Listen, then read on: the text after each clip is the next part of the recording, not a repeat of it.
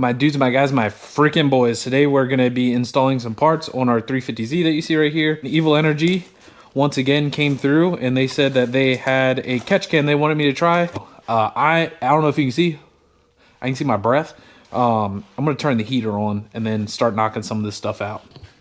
All right, I ain't going to lie, I kind of messed up. By the time the heater got finished heating up the garage, I already installed this. And I wanted to take video clips of it, but I can't run the heater and do this at the same time because it's too loud. It doesn't work with the mic. So let me explain to you what I did, but it's almost like this kit is made for a 350Z. So included were all these lines, all the fittings, the filter, the fitting for the filter, this bracket, these worm hoses, the worm hose, or the worm, my bad, worm clips, and then the worm clip for the filter. The only thing that I had to get was a 14mm nut. So M12 nut right there. I reused my factory clips here. And the kit had literally everything else. But if you're unfamiliar with 350Zs, your valve cover's right here. And so this hose coming out is there's a factory hose that connects from here to here. I connected this as the in right here. And then the out is right there. So that's all I did, and you can see it fits, and there's nothing. I didn't really have to do anything. I drilled 2 holes in this to mount it on the back side here, and all the hardware was included for that. And then I drilled a hole there to mount that there. Is it the prettiest? No.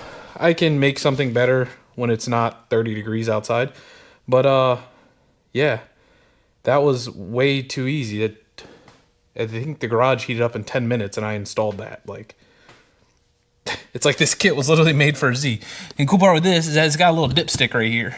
So you can unscrew this right here. My bad, I tightened it way too much. There it goes. So you can unscrew this right here. And it's got a little dipstick for you to check to see how full your catch can is, which is nice. That way it doesn't overflow. I'm always under here checking the oil anyway, because it's a 350Z and supposedly like to burn oil. This one doesn't burn oil, so I'm very interested to see if this catch can is actually gonna catch anything or not. So yeah, well, that was surprisingly easy. I was expecting that to take a lot longer. Nice job, Evil Energy. Good job. All right, so all that's done. We'll wait for it to get dark, and then we'll go run out there and see what it looks like at night. So, see y'all next clip.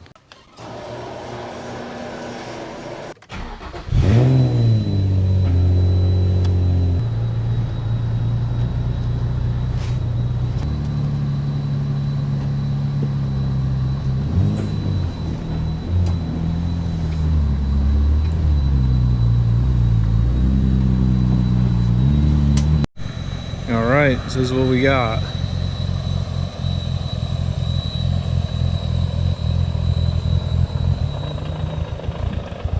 Pretty baller. I think there's an issue with the way that I did the catch can, so I'm gonna have to look at that because it for sure has a vacuum leak. Which now I'm thinking about it, I did plug that hose into the intake manifold, so that wasn't smart. But I'm gonna have to figure something out with that. There's got to be some sort of check valve or something. I don't know. I'll figure that out. All right, let me be the reminder of why you don't rush things. Clearly this was gonna be a vacuum leak. It went into the intake manifold. I just was not paying attention. I was in a hurry. We got it fixed. So what we did is we added a cap to this because we don't need that anymore, and added a cap to this and just ran that. So literally the Evil Energy catch can is even easier to install than what I did originally. So now we're all good. We're good to go. Thank you, Evil Energy. I'm sure I'll update you guys at some point for the next video when I can actually drive the car and see if the catch can fills up and, you know, all that stuff. So, all right, y'all, that's it for this one. If y'all like the Z content, let me know. I'll see y'all later. Peace.